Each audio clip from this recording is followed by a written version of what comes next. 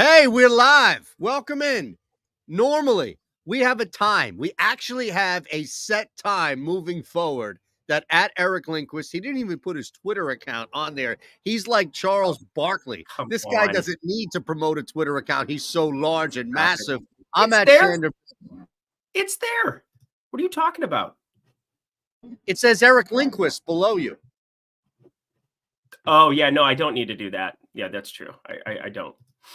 I saw the strangest thing at 6 a.m. my time the other day on my way down to TV. It wasn't a UFO, but it was something I've never seen before. So I'm going to bring that out, all right, at some point here. But let's talk some pick'em. Let's talk some activity. Why does tails up here? We'll get to that coming up. You're messing around with things on the bottom. This is what happens. All right, now we're on Greg Ehrenberg's channel. This is what happens, Ehrenberg, when you don't give us a producer, when Jordan Klein gets to sleep in because you think that Lindy and Shander can handle things. Wrong. We don't know what we're doing.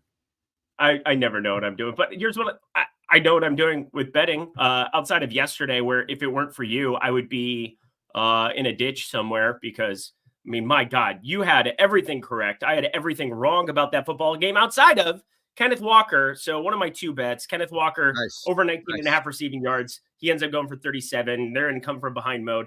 But I mean, I talked about it. I split exposure. I didn't have like a lock. I played 0.75 units on both that and the under just got obliterated because why would Seattle stop anybody?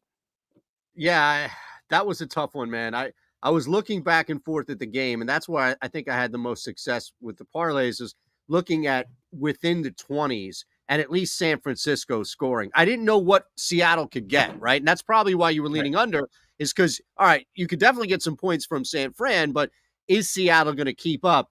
And then just the game script of Geno being able to throw. So that helped us. But yeah, I get what you're saying where it could have been a game in which the box score busts out, but the scoreboard itself is an under the total. And I think that was a realistic it just didn't hit that way because Seattle just didn't want to play by the rules.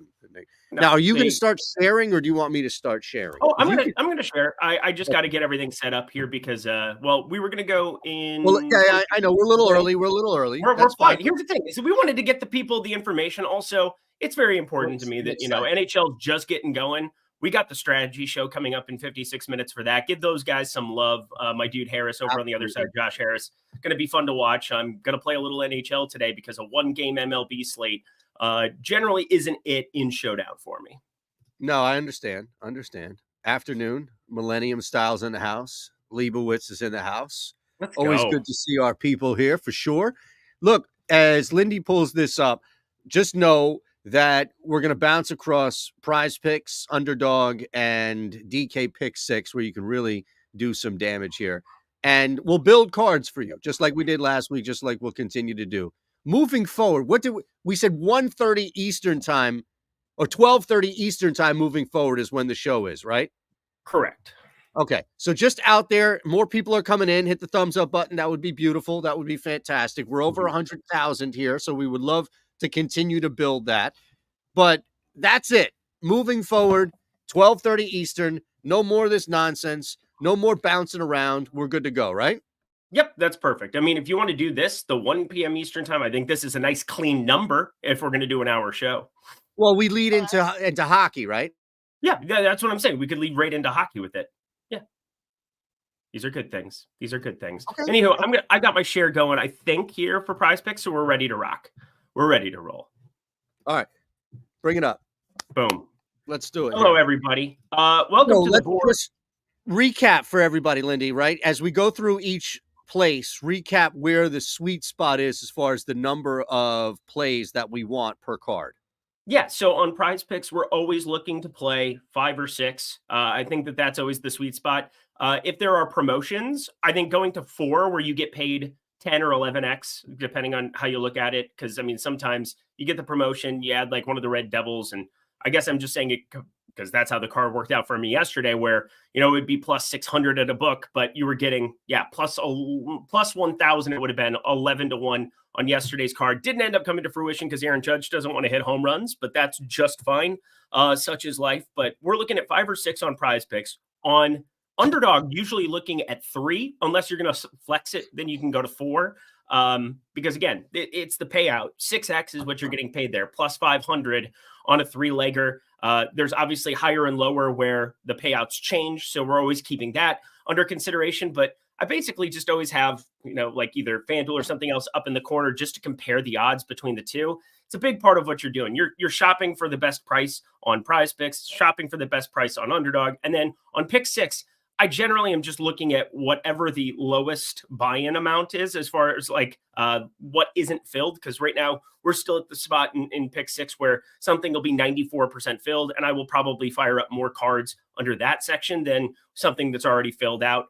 So kind of dealer's choice there, because you'll see differences there. And there's a lot of nuance to it, but a newer game type and makes it really fun. All right, well, let's dive into it, my friend. Shall we? Shall we? Why not? Shall we? Yeah. And do you know?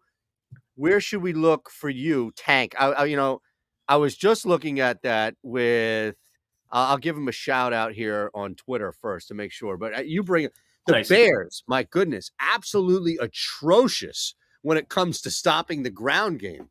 Yep. Is that where you're going? Yeah, I mean, how do we not at least consider both of these guys? Actually. So there's a shoulder injury to Travis Etienne, and they ended up reporting that that's why you saw as much Tank Bigsby as what we did at the tail end of that football game. But I kind of don't give a shit about the reasoning for it. We've seen Tank Bigsby be one of the most, I would say, surprising running backs in the NFL this season. He's been downright good. And you compare some of his numbers to that of Etienne, he's been the better back in just about every single regard outside of catching the football. So as I work through my process, I mean, there's just like this glaring thing to me where you see a guy like Tank who's averaging 8. Yes, you heard me. 8 yards per carry this season, only 34 totes on the year, but we've now seen him get 7 followed by 13. I don't see how you keep this guy off the field. And we're talking about 90 and 101 yards. We're talking about a rushing defense that's bottom half in the football with Chicago, as good as they've been in other regards. I don't see how we don't at least have one of these two guys in a card that we're doing over on PrizePicks. 100 yards each, right? Last 4 games for Chicago's run defense. Just pathetic at this point. I just sneezed. So if there's anything you can see, right now, it was off camera, but if there's anything you can see, let me know. All right. And I bring this up because I don't want to make light of any situation, but I was at a pretty serious event, and I left, and my wife comes in the car, right? And I look up and I adjust the mirror, and the first thing I see is just like this shit, right? Like there's shit in my nostrils. And I'm like, we're friends. It's pretty serious, right? Like you're supposed to be an ally. And you, my friend, like my wife, are supposed to be an ally. So if you see anything hanging out, you got to let me know. That's all I'm saying. But I like trolling you, and it's way more fun than being nice to you. Fair. Well, now you sound like my house. Tank Bigsby, for me, is the way to go. You mentioned the shoulder injury. Injury or not, I'm not taking a chance with anybody there's nothing that we're concerned with from a health standpoint with Tank Bigsby right now. No, we may be concerned with Travis Etienne. Yeah, he's been an absolute beast. Congratulations to everybody in the best ball streets. I know that I was in to some extent on him. I think I have like 15%. So we're not here for best ball victory laps on 15% owned guys. I have really, really flat exposures in best ball. You technically should. I think my highest owned guy is like 30%, that being Bucky Irving, who, spoiler alert, he's going to be kind of important in the event that we get some news about. Because, right now only the rushing and receiving, because we've got Rachaad White, who is very, very live to miss on Sunday. Right. All right. So Bigsby's number one. You want to get out of that London game, or is there still action? Oh, we could still go London. We could go like London exclusive beauty for the people if you wanted to wake up. Do you really want to? I don't know. I think there's a lot of value elsewhere. The only other place I would look on London would be a kicker, and I don't even know if you play those, or if you are immoral to the idea of a kicker on PrizePicks. There's only one time this entire season I've been on a kicker, and it came through. Cairo. Yeah, I was going to say everybody loves, Cairo. 4 field goals is a lot. Is the only way you can play this a combo, or can you play individual? There's Can you kicking play points. Yeah, there's kicking points, but he's at 7. 7's like your flat standard No, number. but 6.5 for Cam Six and Little. a half. It's 6.5 or bust. You'd be looking at Cam Little or bust. Well, that's what I'm saying. Look, here's the thing. This game is going over. All right. I bet it already, so I know it's going over. I saw ahead of time. I was in London last week and I watched this game play out. I've been there.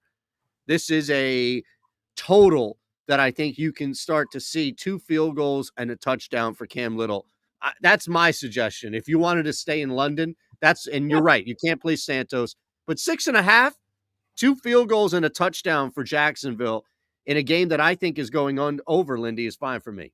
Yeah, that's just fine with me too. Obviously, I'm heading over to Odd Shopper right now. I'm just going to kind of take a look, make sure that I'm not way off base here because it's going to be at the top of the board. It's the next game we have, so I want to see the total kicking points for our guy Cam Little here.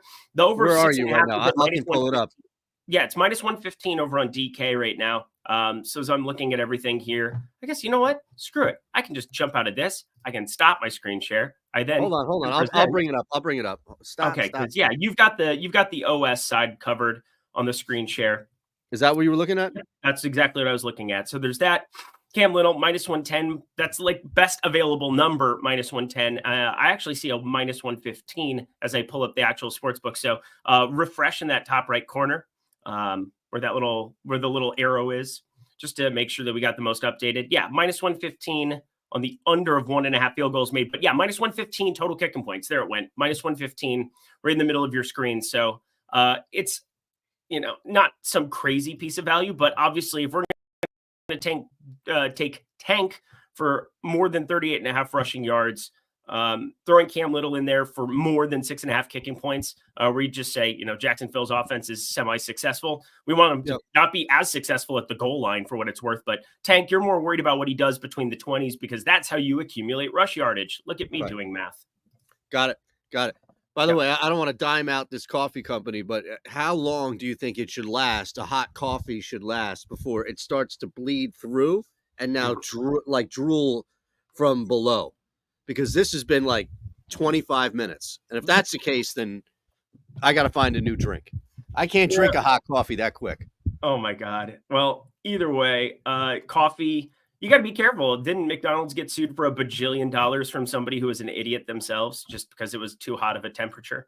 It opened up the entire, not necessarily like litigious society that we live in, but it opened up the disclaimer society, right? Gotcha. Like, it just took one idiot to taste bleach, to eat a Tide Pod, to do stupid shit. And then everybody else now has to suffer for a disclaimer. But that costs money, right? Now, I'm not saying like, we're all paying an extra $1 per whatever because some Arm & Hammer company needs to have a disclaimer. It's just nonsensical that people do stupid stuff. And it seems to be the majority of us get nailed for it. But yes, okay. So now I'm off. The coffee is away from me. Let's keep it moving here. Let's keep it moving. We got a lot of news coming our way here today. I doubt we're going to have any Trey Sermon that's going to show up here on the board. I'd be very, very surprised if he was listed. You do have the rushing and reception touchdowns. Tennessee's defense has been for real this season. Their offense has been the complete opposite.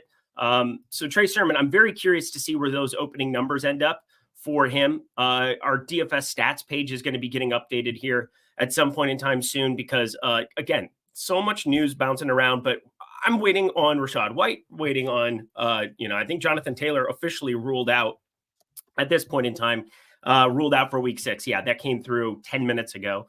I'm very much here for Trey Sermon in DFS.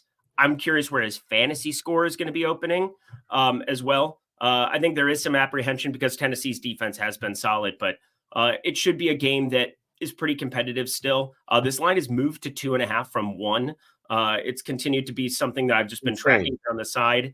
Tennessee nearly a field goal favorite with Will Levis. They'd be better off. Will Levis is laying points? Yes. Tennessee's laying 2.5. Look, their team is a good football team in the NFL if they have a top 20 quarterback. Like that's I get it. Their defense, their ability to run, they have enough skilled players to where they can move the football. They're not a bad, horrific, bottom-feeding football team. But you saw how bad Will Levis was in the worst of it, which were just terrible, like crucial moments. The fact that this team is being bet up now, granted, these are dead numbers, right? 1 to 2.5 Right. as far as overall, but still, like the fact that people are jumping on Tennessee in general is just mind-boggling to me. How about Deshaun Watson being at 14 fantasy score? That is just absolutely appalling.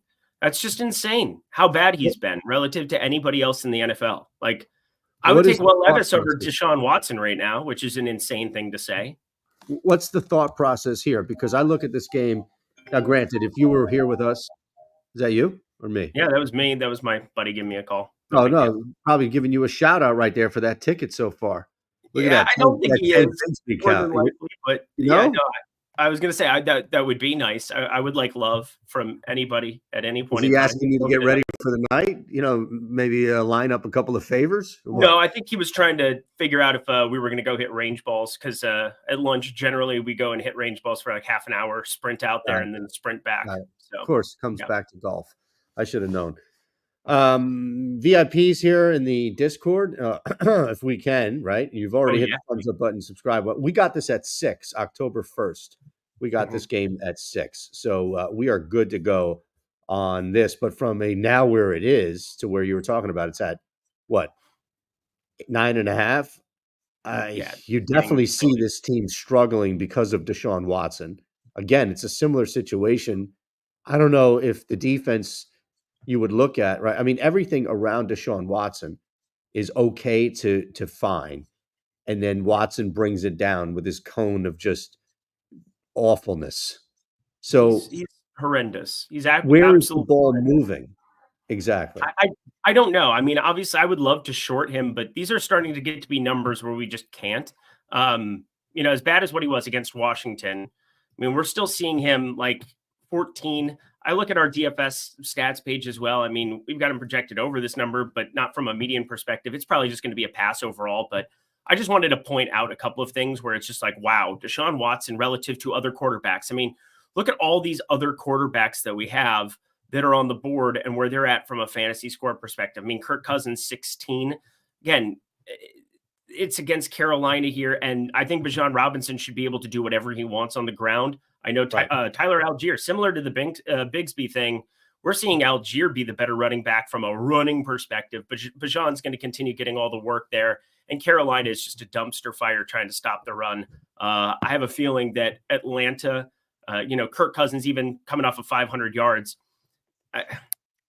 there's just so many interesting numbers in a fantasy score perspective, but it is so rare to see a 14 getting hung in the fantasy score department for a quarterback. That just tells you how bad Deshaun Watson's been. But it's not even it's not a buy low spot No, because you can't trust him to come through. no. Right? It's just become unplayable, I think, is where we are right Yeah, now for Watson. exactly. And that it's just that I normally have gone into the fantasy score department What's his and found passing the yards value as you talk immediately. that? Yeah, let's take a look at that because I think All it right, was go right ahead. I around just 2 wanted change. you to bring that up real quick. Yep, Deshaun Watson. Yeah, 189.5. Unbelievable. He hasn't hit 200, I don't think, all year, has he? I don't think he has either. Nope. 0 times. 0. We are batting over, baby.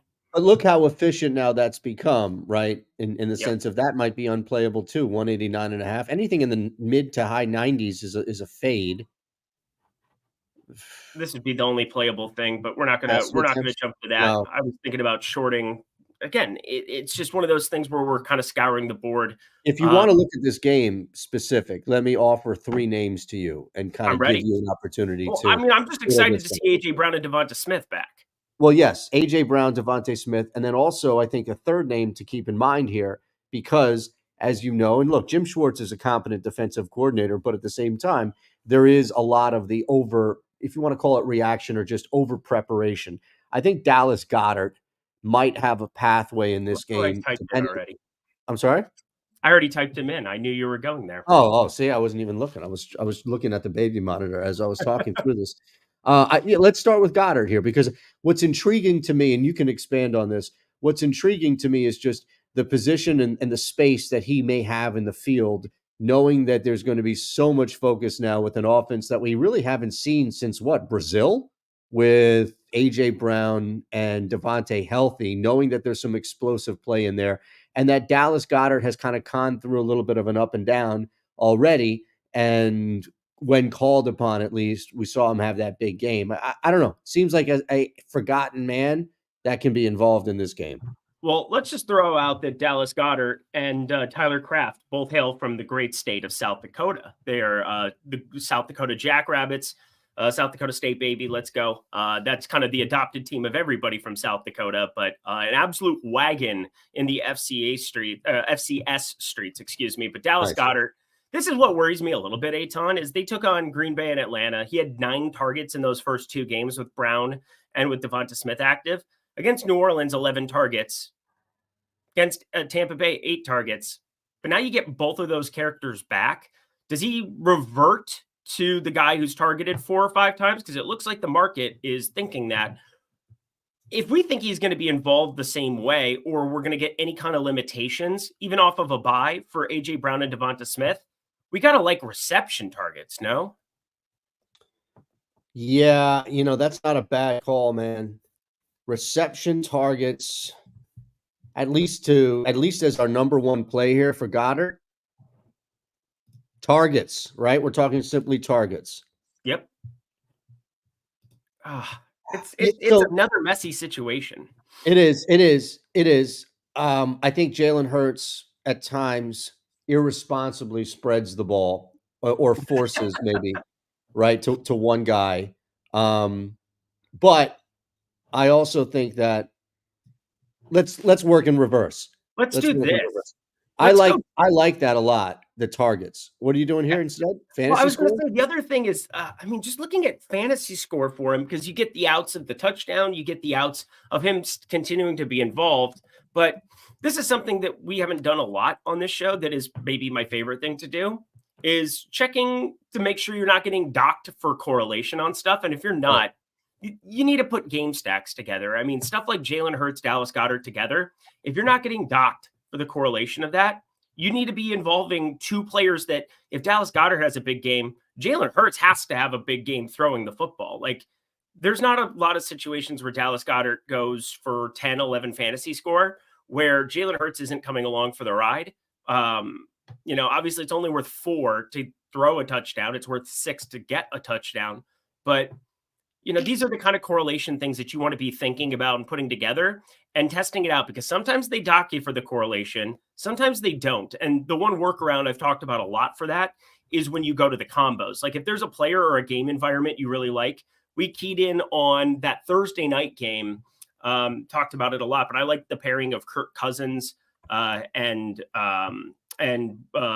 Baker Mayfield together, where they just kind of both looked great to me, but I couldn't really decide which one. And if I put one into the lineup, it got docked for the correlation when I put other receivers in there. Now, all of it was covered by Kirk Cousins by himself. Baker Mayfield went under his passing total, but I was able to get correlation on cards where otherwise I was getting docked. It would change the payout number here. So love when you can get something like Goddard plus Hurts. I don't hate that idea. Yeah, I like it. All right. So we've replaced Goddard with Hurts now. Oh no, you've added both of them together. We put them together. Okay. The absolutely correlations in there, and that's what we love about PrizePicks. Do we want to add one more, or is 4 enough? Let's go one more. Let's get to 5. Okay. Where do you want to go next? Wherever you would like to, because I mean, there's one rushing yard total that I really, really like. Then let's hit we're it. kind of talking about all the pairings and all the land. If we want to try to really set this thing up, let's look at our guy Tony Pollard here going up against Indy. Are there enough expletives to describe? Oh, see, they did end up docking the correlation here when we added one more to it. So this is what we're going to do to work around it. We're just going to go to the Tony Pollard inflated number and make this a 19xer. I'm very, very confident in Tony Pollard against Indy's rushing defense. They have so many key pieces that are out, and those pieces aren't even good. I don't see a lot of scenarios where Indy stops the run with Tony Pollard out here. He's coming off of evisceration of Miami, week 4. They come off of a bye, week 5. Don't you just kind of let Tony Pollard get unleashed here against potentially the worst rushing defense that we've seen in quite some time? They're 31st in the NFL, 157 rushing yards per game.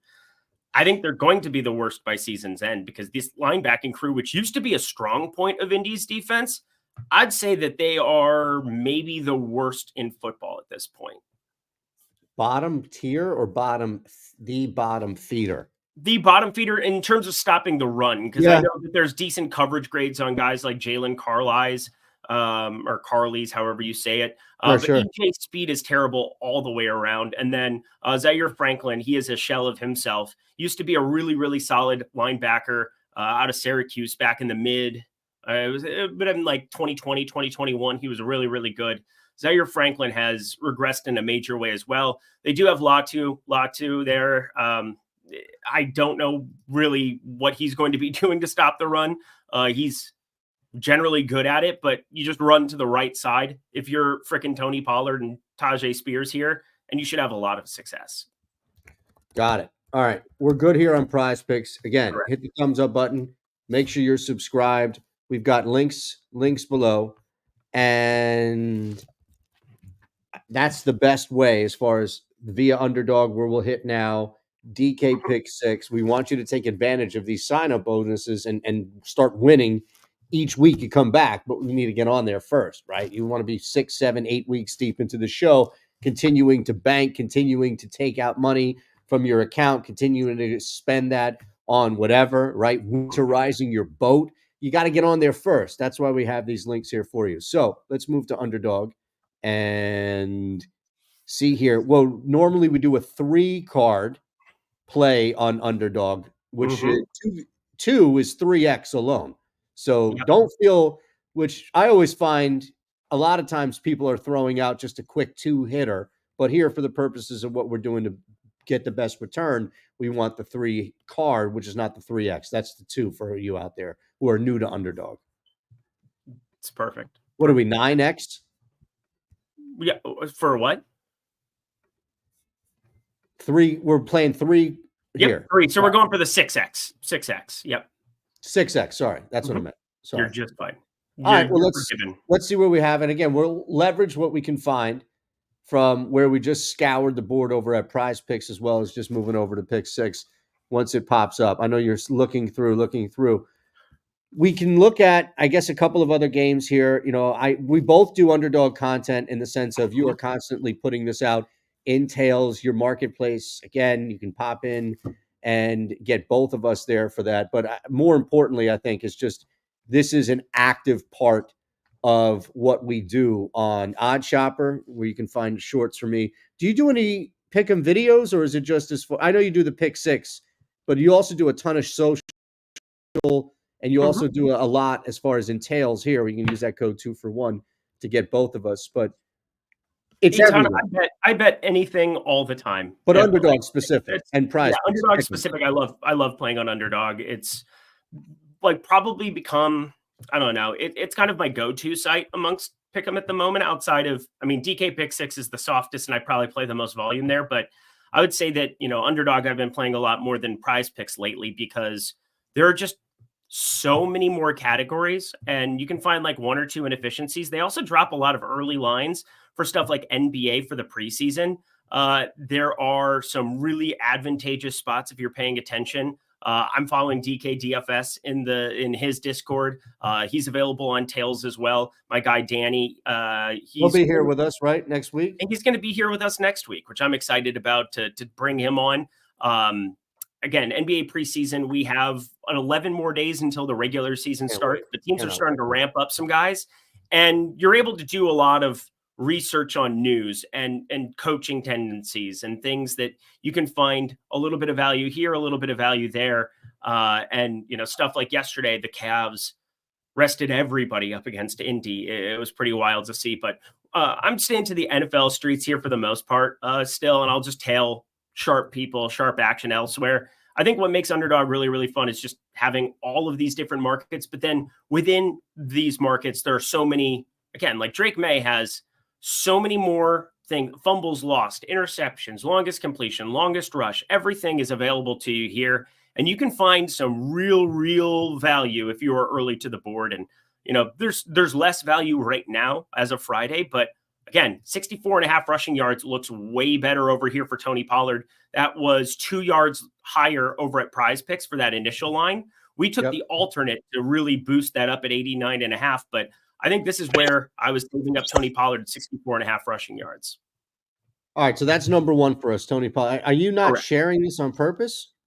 Oh, I was sharing it the whole time. Yeah, I'm No, sharing it right now.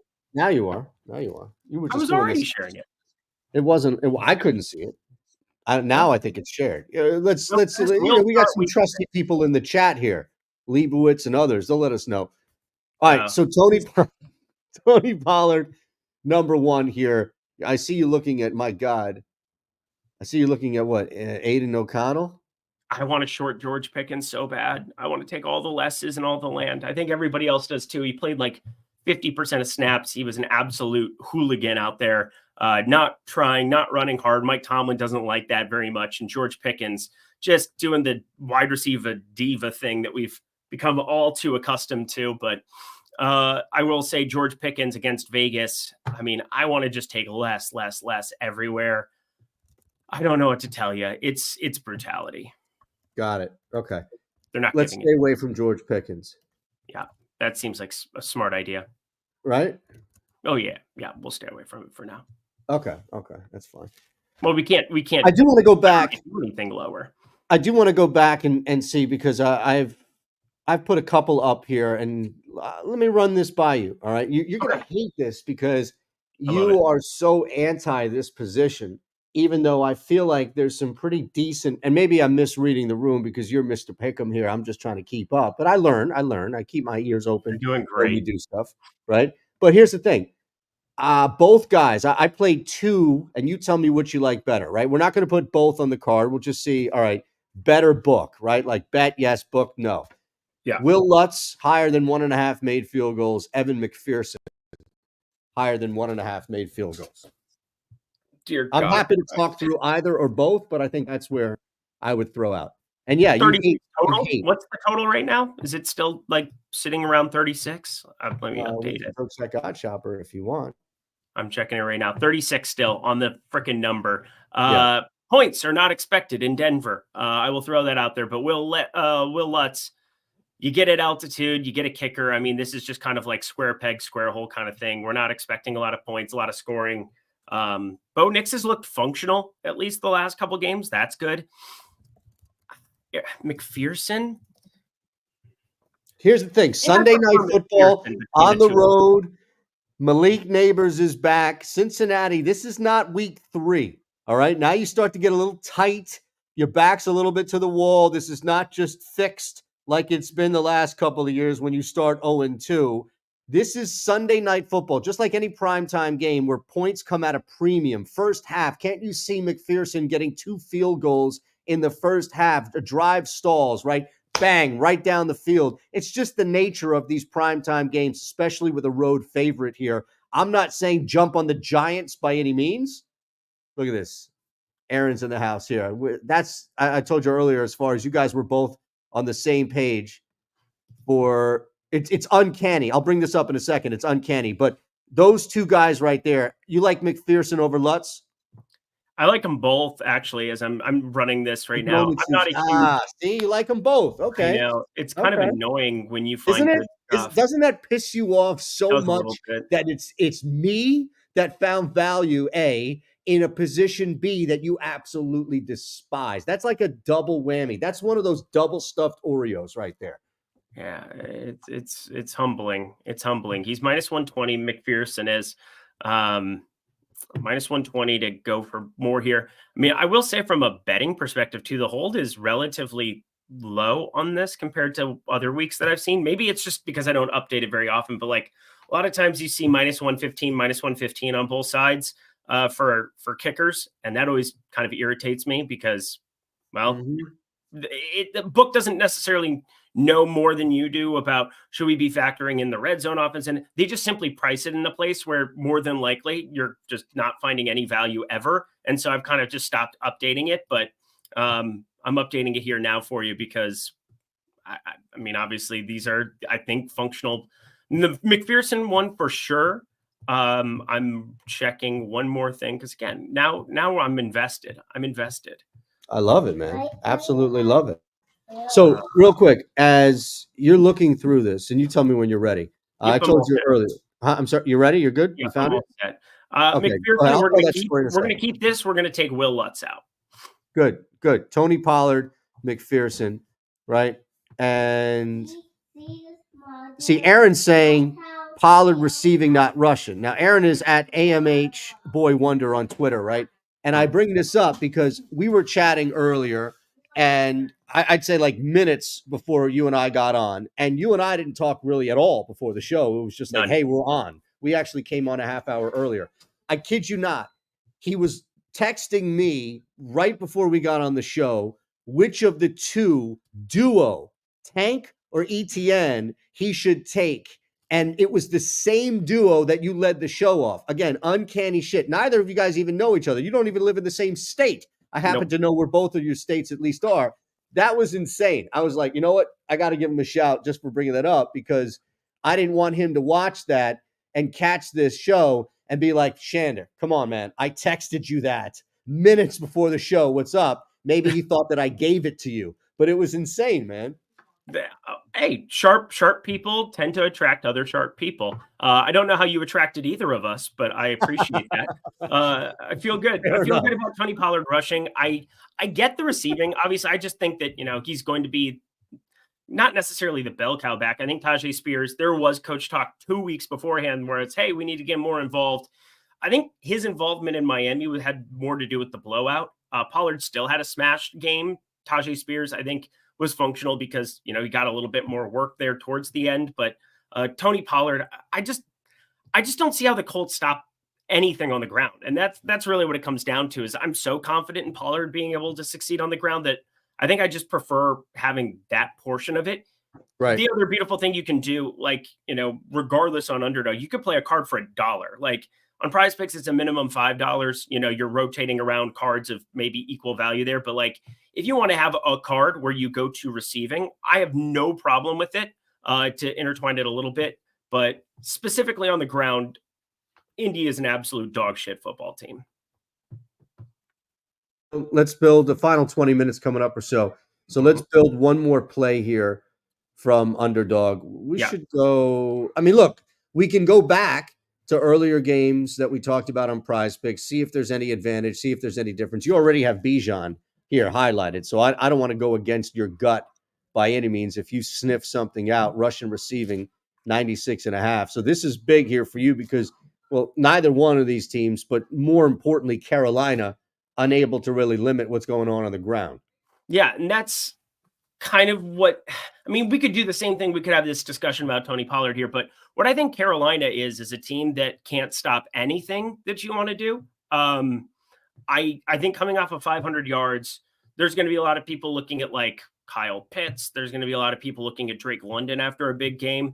Even, Ray McLeod, if you're an absolute bind, I think he's claimed off of most leagues by now, but I think there's still some apprehension because he hasn't had that smash game yet. But I think Bijan Robinson hasn't necessarily had that smash game yet. And I think looking at his board, I just kind of want the entire portfolio for him. I don't find a lot of hesitation. They're going to continue to give him the run over Tyler Algier. Algier will mix in. He's been so good on the ground too, but I think unlike the Tank and ETN thing where Tank is so much better, I think Tyler Algier has a limited skill set relative to Bijan Robinson. He's going to be a downhill runner. If he continues to be successful at that, awesome. But Bijan Robinson getting involved in the passing game, he can play out of the slot. He can do some different stuff if they really, really want to mix him in as a receiving threat. 24.5 receiving yards is a low number. I mean, if you actually maybe prefer anything there, that might actually be the one where between Tony Pollard, between Bijan Robinson, receiving yards looks the best to me. Rushing yardage. But yeah, again, I'm just kind of looking at the entire portfolio because I don't see any way Carolina limits anything that Atlanta wants to do. And I think they want to get Bijan rolling. I'm not going to push back. Let's roll with it. Okay. I don't know. I mean, we may come back. Keep this handy at least because we're going to have to show the card. But we may come back to it at the very least to see if there's any discrepancy in value from pick 6 that we can find. Although we're really leveraging more of a P2P in that community. Let's just keep it there. I don't think that there was anything for me that I would jump at with more conviction. I think that what you had, we could go back to that Eagles Cleveland game and see if there was anything on the Cooper or maybe around Deshaun to fade, but I don't want to just Denver. Denver. We did already, right? Yep, we did Denver. Where is this Philly Tampa, game? New Orleans. I think there's a really good chance this game goes over the 41.5. Really I good would agree chance. with that too. And I like that one in Tampa, New Orleans. And Spencer Rattler, I mean, a new change of scenery is never a bad thing. Nothing is a bad thing for Chris Olave at the moment. The guy's been completely abhorrent. Alvin Kamara, I'm probably going to end up shorting in some capacity too. I don't trust him to be able to get a lot done in this spot. Dinged up. Sounds like he's going to be playing on Sunday, but I feel like this is going to be a Spencer Rattler. They're going to force him into throwing the football more than they would like. Baker Mayfield's been so damn good, though. My God, just absolutely insanely good. Yeah. Is Mike Evans going to get ejected? Do we just take lower on receiving yards? You're ready for the fight? Lattimore? Yeah, I was going to say, you're ready for this is the whole week. Didn't they dedicate a week here in Philadelphia the week before they play the Cowboys? They call it Dallas week. Is this the Lattimore Evans fight week? It sure is. I absolutely love it. Should have put it on the UFC 307 card. I would have watched it. Got it. I'm with it, man. It's probably better than how I'm just guessing because I didn't watch it, but I always see the reactions between Ehrenberg and Raza and you just because we text nonstop. Everybody's always disappointed, even when they win. I don't know. I don't follow the sport, so I'm not making a statement. But everybody that I know and work with and love that just is invested from a DFS to betting standpoint with UFC and MMA, you're always disappointed more so than not. Even when you win money, it's like, yeah, the card, just didn't, right? It's I don't get it. We got it. I got jumped just as we're sitting here too. Bijan just got bumped to 97.5. That always pisses me off. I know it's 1 yard, but 1 yard can come in handy here. Bijan Robinson, that's so tilting. Yeah, I've got him for 109 yards total. From a mean perspective, from a median perspective, that's still going to look good. 97.5, though, it doesn't look as good. I like having 13 or more when you're talking about the whole running back portfolio, but got it. That's just life. We're going to still roll with it. Got it. Let's do it, man. So now we move to pick 6, right? All set. All right. This case here, we normally build a 3-leg card, correct? Correct. All right. And there's a little difference you can explain here to the people. Again, hit the thumbs up button if you're hanging with us. We want you subscribed here. If you're following along at Eric Lindquist, at Shander Show. Again, give a shout out to my guy, Aaron here, who's hanging with us at AMH Boy Wonder on Twitter, popping in, chilling with us. Also, you out there, Leibowitz and others who make this show. So just to explain, we're not continuing. And again, you let me know when you're ready, because last time this happened, the screen left. There we go. So, back. All right. The beautiful thing about Pick 6 relative to the other sites, and the reason that I like to go to it last in this show and just kind of the order of things, is because the correlation can be out of control. Like, you can truly correlate to the moon, whereas, because again, it's peer-to-peer, they don't care. You don't get docked for playing more or less or anything. But I want to highlight this because this is brand new to Pick 6 as of last week. It changed on Sunday. That's when I noticed it, at least. I didn't even see any advertisement from Pick 6 about it. But they added 7 and 8 picks into the portfolio here. And it's pretty much just available right now in NFL for like these main slates. But they've also changed some slates where last week they had the all games as a selection and it didn't fill. And you need a change between some of these slates, because I swear to God, the Monday or the Sunday morning game, there were so many 3 picks that were still available. I don't know why. And 6 pick didn't fill out, which is normally the one that fills the most because people like to take the long shot parlay stuff and fire it up. Afternoon generally has been filling up more and more and more because, you know, it's the only tab that's really available to it. And so when you go up here, nobody's got them filled out here right now, but I promise you this will get filled by Sunday afternoon as people are watching football and want to bet more and fire more up there. But we'll stay with this main slate for now. Just pay attention because I'm telling you again, was an all-day slate that was added that had tons of overlay last week. It was very, very fun to fire up. But anywho, as we move to the Sunday 10 a.m. games, we're going to stay away from the afternoon stuff for now. If you like that Tampa New Orleans shootout idea, the thing you're able to do on pick six that you can't do anywhere else is we could take more on all the passers and just fire it up there, or take Godwin and Evans, where we say, hey, Mike Evans, he's going to keep his hands to himself, and Marshawn Lattimore, doing his thing. But we could combine it with Kamara and his entire portfolio. I'm not a fan of it because I'm kind of looking at shorting him again, just like we took his less on rushing yards for, the Kansas City game. But you could add like a receiver and just correlate this card to the absolute moon. And it is allowed on pick six. Whereas, on other peer-to-peer stuff, or not other peer-to-peer stuff, over at PrizePicks and Underdog, you're, playing against the house. You're feeling really, really dicey when you start seeing 8x and it changes the correlation and gives you that docking. Make sure you fill it up to the moon over here on pick six. That's it. Let's roll here, see what we have. Let's see what we have to start here. And again, there's going to be some leverage. You mentioned Mayfield. I was looking at that now. Not rushing yards, of course, but any pathway to...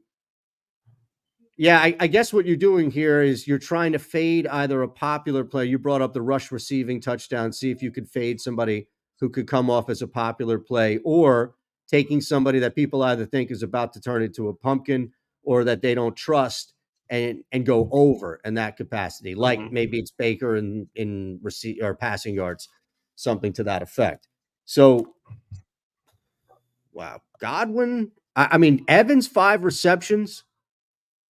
How much do you think the game plan is getting Evans the ball because of this Lattimore thing versus Lattimore actually stepping up and putting a hand and slowing down Evans to that point, like defending him, not locking him because he'll probably get a couple of grabs, but that's really what you're looking at here, depending on this decision. Yeah, I mean, the Lattimore thing is always so interesting. I mean, I've pretty successfully taken less on Mike Evans in these kind of spots. And Marshawn Lattimore is up to his old tricks. He was dinged up, and he's still, I believe, the 14th ranked cover corner in all of football. He's been doing this since he got in the league. I mean, he is very, very good. And him and Mike Evans really don't like each other. There's just so many times that you get them in a tussle, and all of a sudden you absolutely are getting a freebie in there. Like, for me, staying away from Mike Evans stuff, again, we don't have to play everything. I was just simply talking about the correlation where, we could take completions even. If we were saying that he doesn't get ejected here, 21.5, we could go to the receptions. And these are the two main culprits of Baker Mayfield going for more than 21.5 completions, period. This is an interesting way to correlate your cards. And then let's say that they're all dink and dunk stuff. And somehow he doesn't go over his passing stuff. You beat all those cards that are correlating that way potentially, or things of that nature. Because I think the most obvious way to correlate is with passing yards, and then the main pass catchers being the guys who go over or under if you're correlating negatively there. But or I guess it's positive correlation no matter what, but it's just in the under direction. But just wanted to talk through a couple of those. Yep. I don't know if there's anything that I like more, though, than potentially going to Washington and Baltimore. And don't we just think Derrick Henry continues to do Derrick Henry things? You would think, right? Like, I'm still, now granted, I'm under the win total here, and that's 10.5, so it's somewhat of a number. We'll see how this thing plays out. But it wasn't because of Lamar. It certainly wasn't because of Derrick Henry. It was because of the offensive line and the bozo offensive line coach that they have.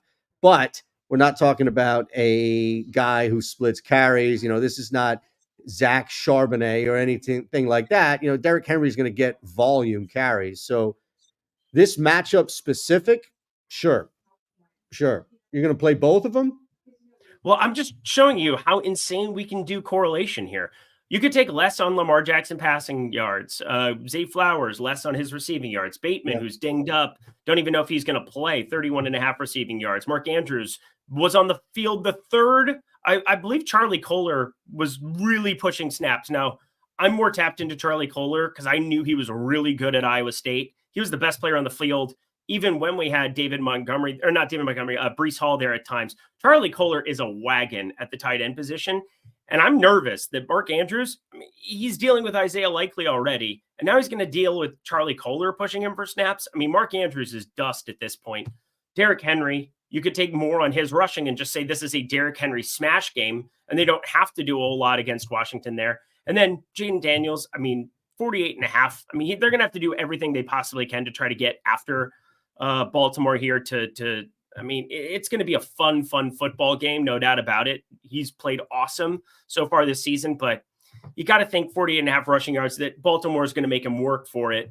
I'm just thinking about different ways to stack up this game too, because this is truly like DFS stacking where we're looking at, what are some potential things, but now we can take less as well, where it's not just get the most fantasy points. Like you can really correlate to an entire game based on what you think is going to happen. And I don't think Lamar Jackson is going to have to throw the football a lot against Washington.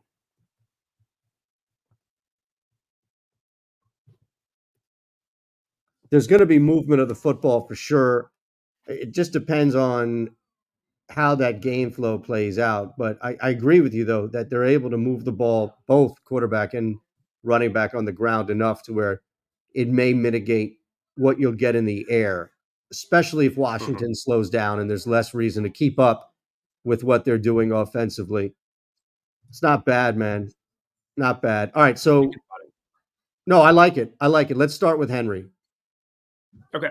I'm going to just click in Henry on our card. We're going to play 3 over here to start, but I'm trying to give people options for what you could be looking at doing with 8. We're not going to be building out 8 pick cards here today, but I think that there are ways to do it that are very, very effective.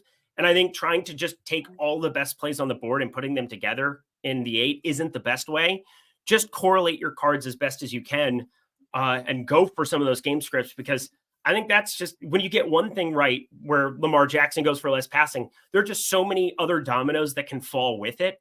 And so correlation is your biggest friend on pick 6 when you build out those bigger cards. So even though we're highlighting like specific plays, I think that that's important to keep in mind. Got it. All right. So let's keep it going. We've got about 7 minutes or so. And again, you'll see the options in the background by all means as we kind of keep this thing moving here. Let's look at a couple of games we haven't touched. Houston, New England would be one. Arizona, Green Bay, yuck. Not that that's not bettable. I don't know. Nothing about that game is really appealing to me. Which means there's probably like some great sneaky value in pick 6 on there. What about Houston, New England? Look, this is a 7-point line. In 2 places here in PA, it's already been bet through with the switch of quarterback. It's been bet through to 6.5, which is just shows you how much belief there is that there is at least a 7-point cover involved, although I'm sure there's a ton of buyback. Drake May, what do you even do here?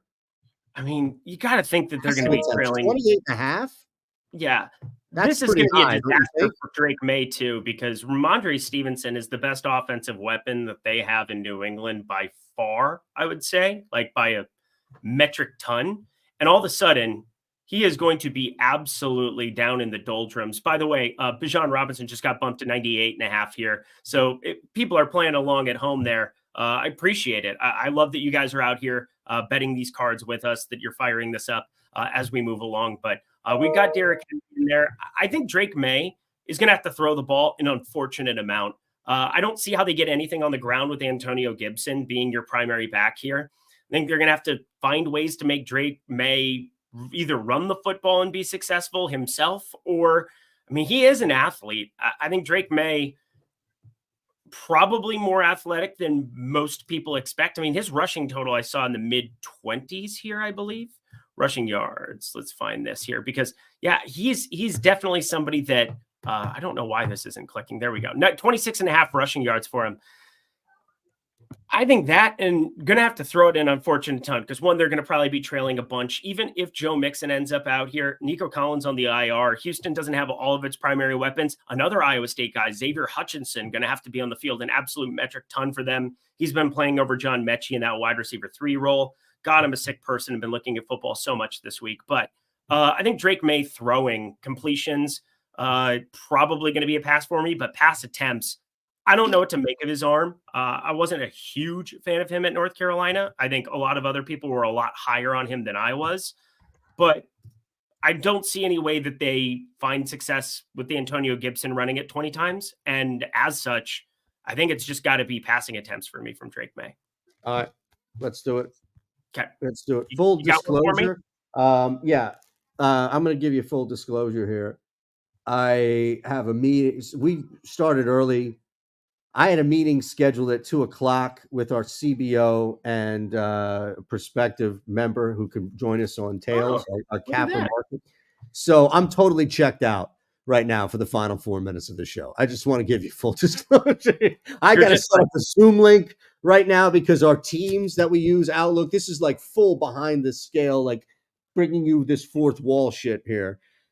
Stevenson's out Sunday. There you go. See, that's my fault because if I were paying attention, I would have jumped in and let you know that. Whoa. I already knew that. That's literally what I said, is that he's their best offensive weapon. And now Drake May has to get his first start without him. That sucks. That's kind of the point. I don't see Antonio Gibson being able to effectively run the football. So yeah, it's going to be Drake May there passing attempts. I don't know why it isn't clicking and letting me switch out for it for right now. So we're going to just refresh it one more time and we're going to fire up what I believe to be the best play on the board here for pick six. And this comes directly off of our pick six tool. You can get it Stokastic as well.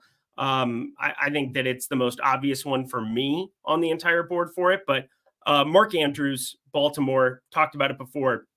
Under 2.5 total receptions. I'm just nervous about his role. 3 tight ends now, Isaiah Likely and Charlie Kohler getting mixed in.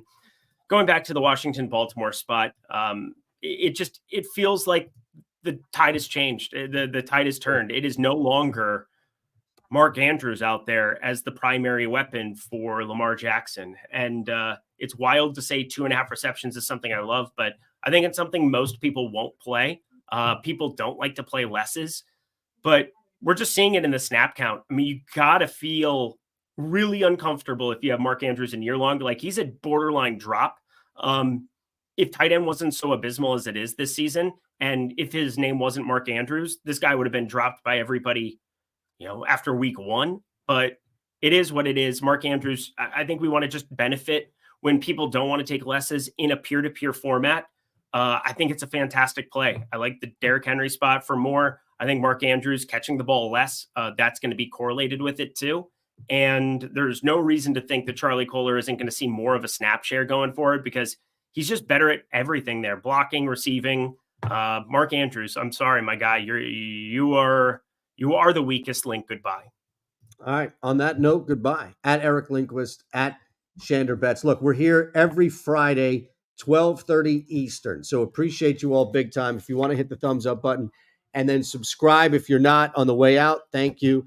Hit us up, Odd Shopper as well. We are loaded over there. Again, you can jump on the Tails Discord. 2 for 1 is the code. You get all access to Eric and then my nonsense for free. And then you never know. We may hit something, as he said. You never, ever know. I think that's the best way to promote that, right? Is you get full access to Lindy and then my nonsense free.